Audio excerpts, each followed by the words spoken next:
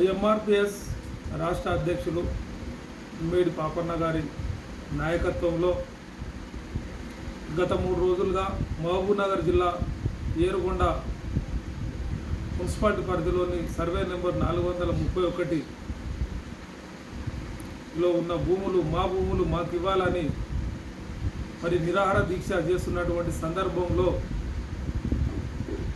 మరి గత 3 తరాలుగా వ్యవసాయానికి యోగ్యంగా కానీ లేని జాగను మరి అప్పటి రైతులు అప్పటి దళితులు దాన్ని వారి సొంత శక్తితోటి ఆ జాగను చదను చేసుకొని మరి వ్యవసాయం చేసుకుంటూ బతుకుతున్నటువంటి చరిత్ర ఉంది అక్కడ.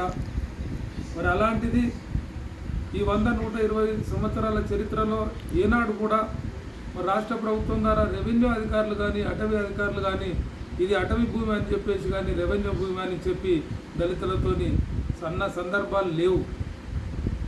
ఇప్పుడు వచ్చి అది అటవీ భూమి అని చెప్పేసి అటవీ అధికారులు మరి రైతులను అక్కడ ఉన్న దళితులను వేధింపులకు గురి చేస్తూ ఉన్నారు. ఇలాంటి వేధింపులు తగదని చెప్పేసి మేము డిమాండ్ చేస్తూ ఉన్నాం. రాష్ట్ర ప్రభుత్వాన్ని కూడా అప్పీల్ చేస్తూ ఉన్నాం. మరి ROFR 2006 చట్టం ప్రకారం మరి ఆ యొక్క భూములకు హక్కులు కల్పించి వారికి పట్టాలు ఇవ్వాలని చెప్పేసి మేము రాష్ట్ర ప్రభుత్వానికి అప్పీల్ చేస్తూ ఉన్నాం. మరి లేని పక్షంలో మరి రాష్ట్ర వ్యాప్తంగా మరి మేడి పాపయ్య గారి నాయకత్వంలో మరి ఖచ్చితంగా మేము రాష్ట్ర వ్యాప్త ఉద్యమాలు చేపడతామని చెప్పేసి కూడా ఈ సందర్భంగా తెలియజేస్తున్నాం. ఎందుకంటే మరి గత 10 ఏళ్ల కాలంలో ఉన్నటువంటి పార్టీ ఏదైతే ఉందో మరి ఆ 10 ఏళ్లలో మరి దళితులకు 3 ఎకరాల భూమి ఇస్తానని చెప్పిన విషయాన్ని పక్కకు పెట్టి అదే దళితుల దగ్గర ఉన్నటువంటి అసైన్ ల్యాండ్స్ను లాక్కొని వైకుంఠధామాలు కబ్రస్థాన్లు నిర్మించిన చరిత్ర మరి గత ప్రభుత్వంలో జరిగింది.